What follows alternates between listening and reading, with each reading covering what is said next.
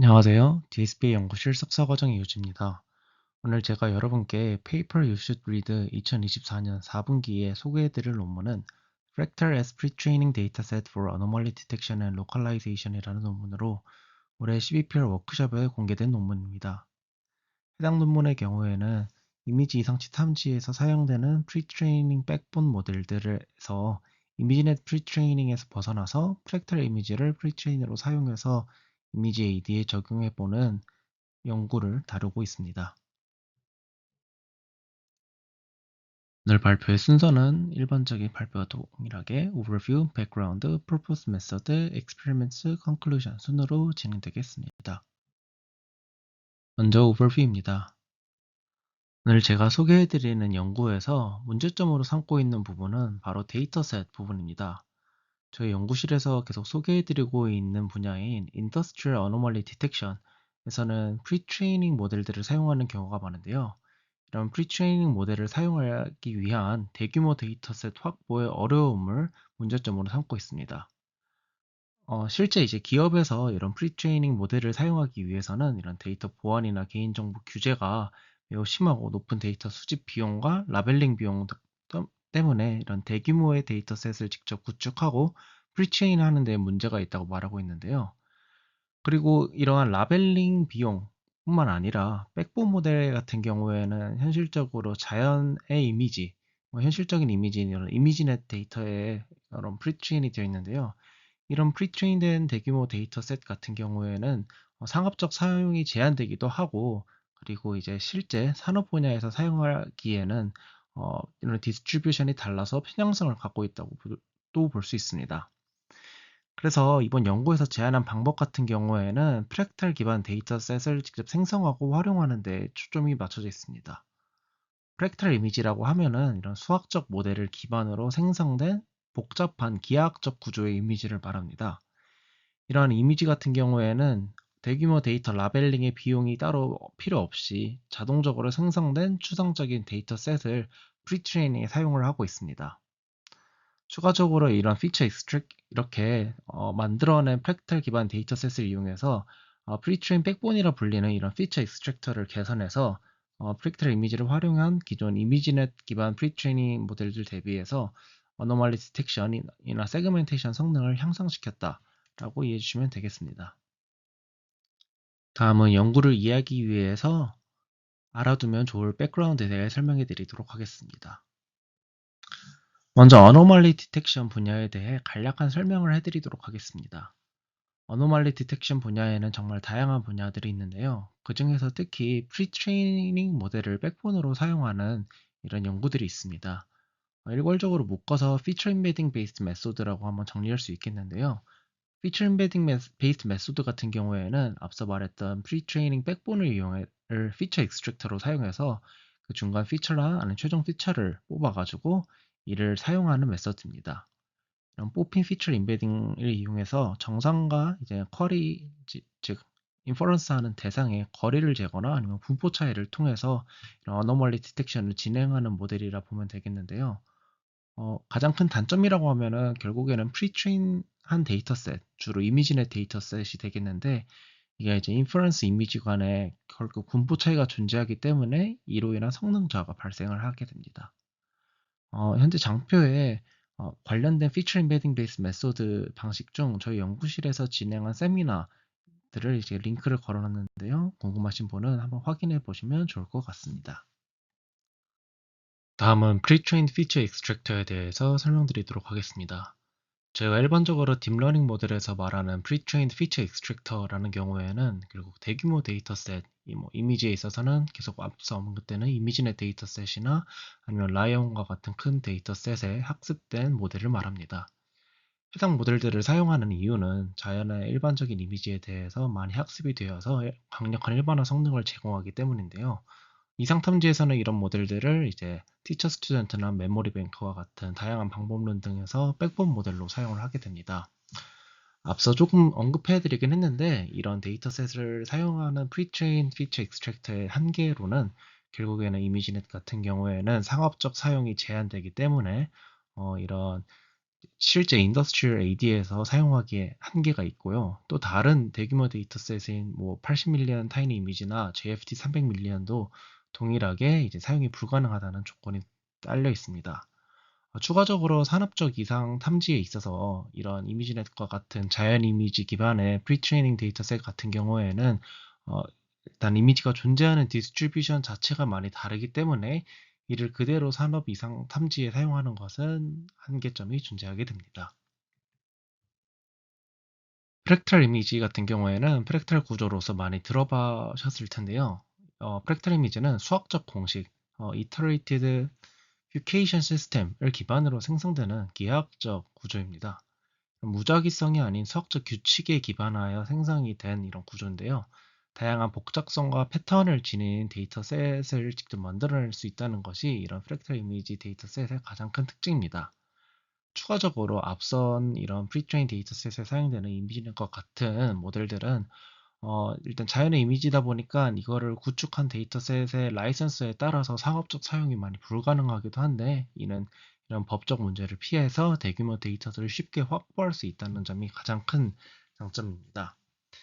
이런 프랙탈 이미지를 모델 프리트레이닝에 사용한 이런 사전 연구들이 있는데요. 위에 일단 적어놓은 이 선행 연구인 Improving Fractal Pre-training에 나온 이 모델 설명과 결론을 잠시 추격해서 설명해 보이자면은 이런 다양한 프랙탈 패턴을 생성해서 모델의 사전 학습에 사용을 하였고요. 이 레스넷 기반의 모델에 이렇게 사전 학습된 모델이 이미지 클래시피케이션이나 아니면 3D 씬 언더스탠딩과 같은 이런 태스크에 있어서 기존의 이미지넷을 사용한 프리트레이닝 모델과 유사한 성능을 보인다는 것이 가장 큰 컨트리뷰션이었습니다. 특히 이런 프랙탈 기반으로 프리트레이닝 한 결과 로컬 피처 추출에 기존보다 매우 효과적이었다라는 것을 이야기하고 있습니다.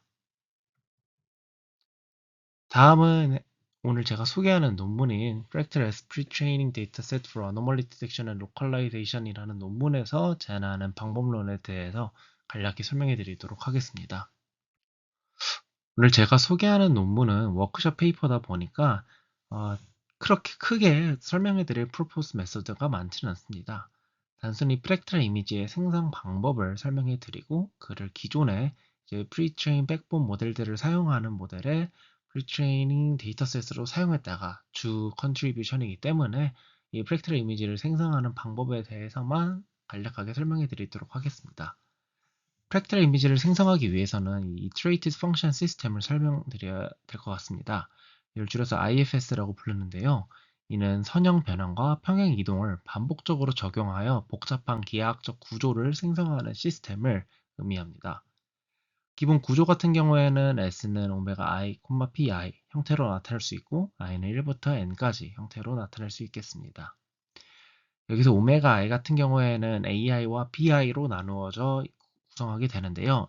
AI 같은 경우에는 뭐 선형 변환, 그리고 BI 같은 경우에는 평행 이동이라고 이해해 주시면 되겠습니다. 그리고 PI 같은 경우에는 이러한 변환 오메가 i가 적용될 확률을 의미하게 됩니다.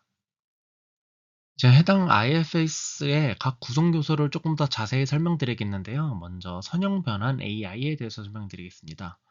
선형 변환 같은 경우에는 일반적으로 저희가 알다시피 크기 조정이나 뭐 회전, 뒤집기 등 같은 기하학적 변형을 가할 수 있는 2x2 매트릭스라고 이해해 주시면 되겠습니다.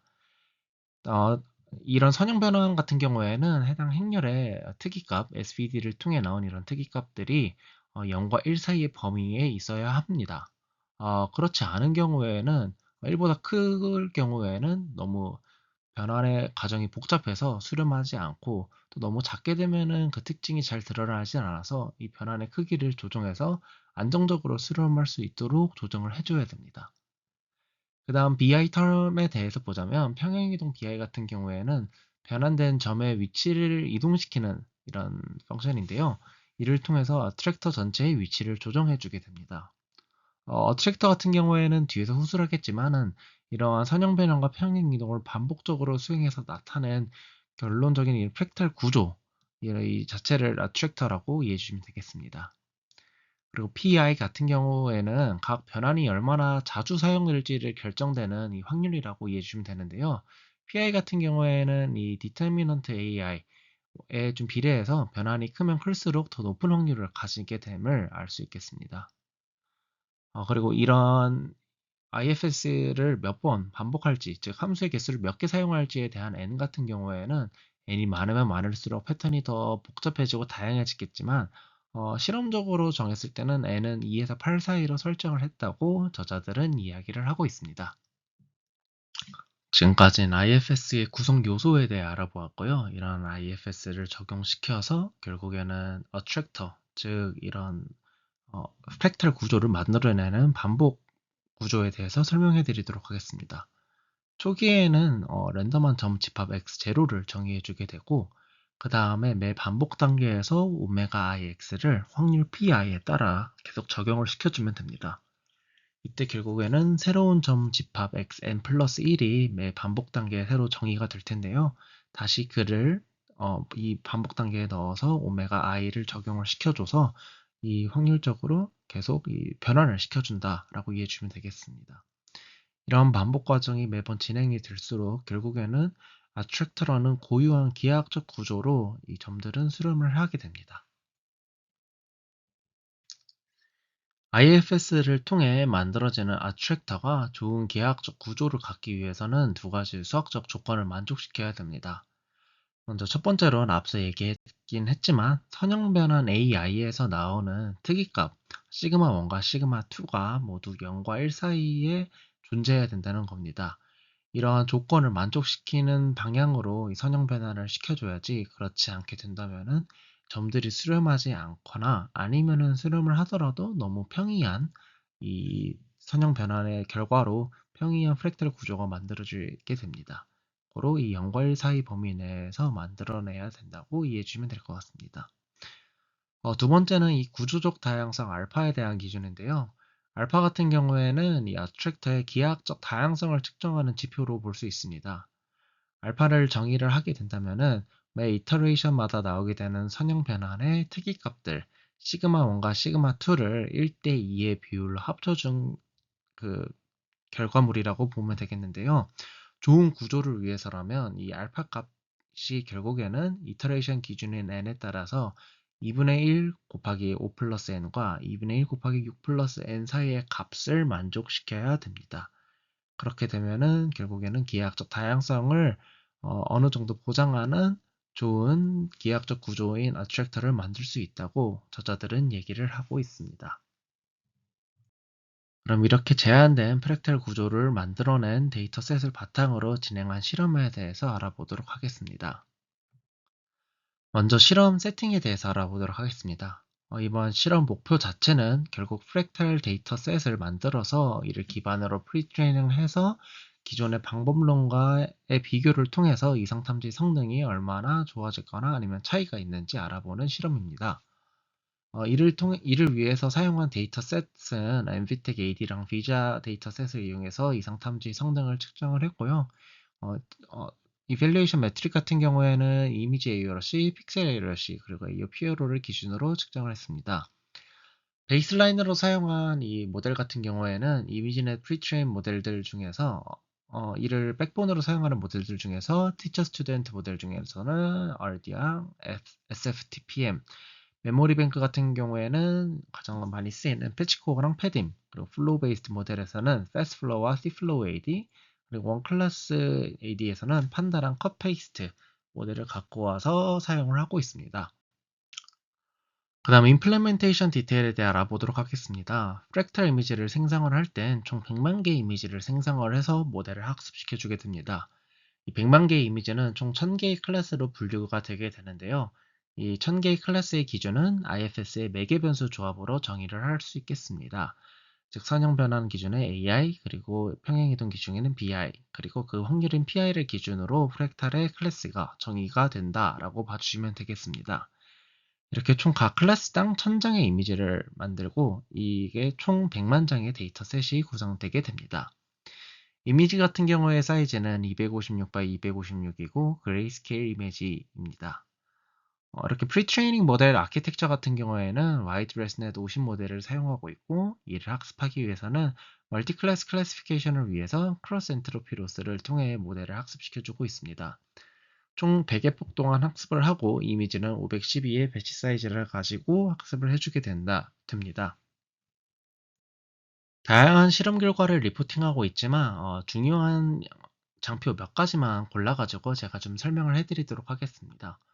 먼저 제일 중요한 프랙탈 기반 프리트레이닝의 이미지 어노멀리 디텍션으로서의 유망성을 확인할 수 있었습니다.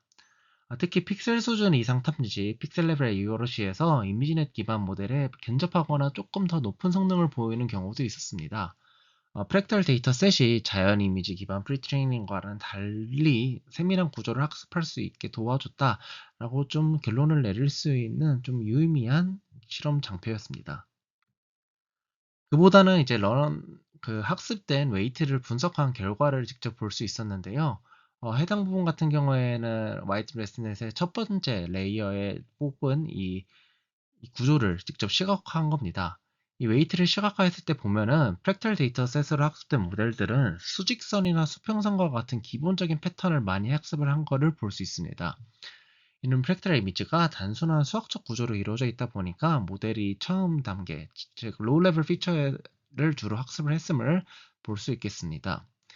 이미지넷 기반 학습과의 차이를 보게 되면은 이미지넷 데이터셋은 학습된 모델은 보다 복잡한 특징, 즉 질감이나 색상 변화를 학습하는 고 이는 좀 자연 이미지가 가진 다양성 때문에 이러지 않을까.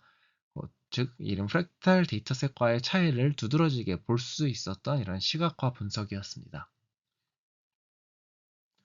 뭐 결론적으로 좀 추가를 하자면은 이런 프랙탈 기반 프리트레이닝 모델은 입력 데이터에서 단순하고 기본적인 패턴을 강조를 한다고 볼 수 있겠고, 이는 주로 이 이상 탐지와 같은 세밀한 특징이 필요한 작업에서는 오히려 유리한 접근이 될 수 있다고 해석을 할 수 있습니다.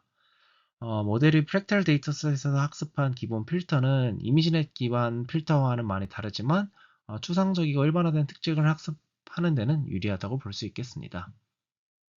다음은 어노멀리 디텍션에 있어서 가장 크게 사용되는 데이터셋인 엠피텍과 비자 데이터셋에서 진행한 분석을 각각의 이제 데이터셋에서 두 가지 클래스로 나누어 보았습니다. 엠피텍 같은 경우에는 텍스처 클래스와 오브젝트 클래스를 나누어 보았는데요. 다양한 이런 방법론에서 전반적인 모델 상승과 향상 정도를 보기 위해서 이 레이더 차트를 통해서 도식화해 놨습니다. 프랙탈 기반 모델 같은 경우에는 오브젝트 클래스에 있어서 RD와 판다 모델 같은 경우에는 1.9%나 0.7% 정도의 성능 향상을 보이고 있습니다. 텍스처 부분에서는 플로우 베이스드 모델인 패스트플로우나 Cflow AD 모델이 각각 7.2%랑 6%의 높은 부분의 성능 향상을 이뤄냈습니다. 허나 아쉽게도 나머지 부분에 대해서는 일부분 이미지넷 프리트레인보다는 조금 하락된 성능을 보였는데요. 이런 프랙탈 기반 프리트레이닝은 오브젝트보다는 이런 텍스처 관련 이상 탐지에 더 유리하다고 어느 정도 결론을 내릴 수 있겠습니다. 이런 프랙탈 이미지가 기본적인 패턴과 구조적 특징을 잘 표현하기 때문이라고 좀 결론 지을 수 있겠습니다. 다음은 비자 데이터인데요. 비자 데이터 같은 경우에는 세 가지로 나누어 보았습니다. 먼저 멀티 인스턴스, 즉 여러 가지 물체를 포함하고 있는 이미지, 뭐 쉽게 말하자면 캔들이나 캡슐, 마카로니 1, 2 클래스에 대해서 말하고 있고요. 싱글 인스턴스 같은 경우에는 단일의 오브젝트 하나만 존재하고 있는 캐슈, 추잉검, 프라이엄, 그리고 파이프라임 같은 클래스를 말하고 있습니다. 마지막으로 PCB 데이터는 하나로 묶어서 보고 있습니다. 이제 각각의 경우에 대해 한번 나눠보도록 하겠습니다. 멀티 인스턴스 이미지 같은 경우에는 이미지넷 기반 모델이 좀 더 나은 성능을 보이고 있음을 다음 레이더 차트를 통해서 볼 수 있습니다. 프랙탈 기반 모델은 전체적으로 다소 낮은 성능을 보이는데요. 이런 프랙탈 이미지가 단순 구조만을 학습하였기 때문에 이렇게 멀티 인스턴스 같은 경우에는 이 단순한 구조로는 AD를 진행하기에는 프리트레인 모델이 약하기 때문에 이에 대해서는 이미지넷 프리트레인보다 낮은 성능을 보이고 있다라고 해석을 할 수 있겠습니다. 다음은 싱글 인스턴스인데요. 싱글 인스턴스 같은 경우에는 오브젝트가 하나만 존재하기 때문에 앞서 얘기한 근거를 바탕으로 해석을 하자면은 이미지넷과 프랙탈 기반 모델의 성능이 매우 비슷하게 나왔습니다. 프랙탈 기반 모델들 같은 경우에는 단일 물체의 구조적 이상 탐지에 좀 강점이 있다라고 이해해 주시면 될 것 같습니다. 그에 반해서 지금 PCB 데이터를 보게 되면은 PCB 클래스는 이미지넷과 프랙탈 기반 모두 성능이 우수를 했지만 가끔 보다 보면은 일부 클래스 같은 경우에는 프랙탈 기반이 좀 더 나은 결과를 보인다고 볼 수 있겠습니다. 이제 오늘 제가 소개해드린 논문에 대해서 컨클루션 부분입니다. 프랙탈 기반 프리트레이닝의 가능성을 이제 이미지 어노멀리 디텍션에 있어서 좀 보여준 게 가장 큰 컨트리뷰션입니다. 완전한 추상적인 이런 프랙탈 이미지를 학습된 모델이 이상탐지와 같은 비지도 학습에서도 경쟁력 있는 성능을 보여준다는 것이 이번 연구에서 좀 보여준 가장 큰 의의가 아니었나 싶습니다. 이미지넷 대비해서 프랙탈 기반 모델은 특정 영역, 특히 이런 픽셀 수준 이상 탐지에서 상대적으로 우수한 성과를 기록한 것이 좀 괄목할 만한 부분이었고요. 이런 클래스 및 데이터셋의 유형에 따라서 좀 분류를 해서 분석을 한 게 가장 좀 인상 깊었던 부분이었습니다. 물론 의도한 대로 모델 성능이 이미지넷 프리트레이닝이 보다 전반적으로 다 높게 되었으면 이렇게 좀 나누어서 분석을 하지 않았을 텐데 오히려 이렇게 일부분은 높고 낮음이 명확하게 드러나다 보니까 이를 각 데이터셋의 특징에 맞춰서 뭐 싱글 인스턴스, 멀티 인스턴스 아니면 텍스처 데이터셋, 오브젝트 데이터셋으로 분리를 해서 확인을 해서 조금 더 이런 프랙탈 구조가 어느 부분에서 강점을 보이는지에 대한 분석이 착실하게 이루어져 있었습니다. 또 전반적으로 이런 기본적인 패턴 학습의 중요성을 확인을 해서 로우 레벨 피처를 학습한 프랙탈 기반 모델이 선이나 모서리 같은 기본 패턴을 강조함으로써 특정 클래스에 대한 이상 탐지에 있어서 오히려 더 강점을 보인다는 것이 가장 의의가 아니었나 싶습니다. 이렇게 좀 섞어서 얘기하긴 했지만은 조금 아쉬웠던 점은 제안했던 이런 프랙탈 데이터셋을 기반으로 프리트레이닝한 모델이 전체적으로 이미지 이상 탐지에서 강점을 보였으면 좋겠지만은 현실적으로는 그렇지 않았다는 점, 그리고 점수가 떨어지는 부분에서는 이미지넷에 대비해서 크게 떨어졌다는 점이 좀 아쉬운 부분이었지만은 전반적으로 이런 가능성을 보여줬다는 점에서 후속 연구에서 이런 인사이트를 가지고 좀 연구를 할 수 있겠다라는 점이 큰 의의가 아니었나 싶습니다. 네, 지금까지 DSB의 연구실 석사과정 이우준이었습니다. 감사합니다.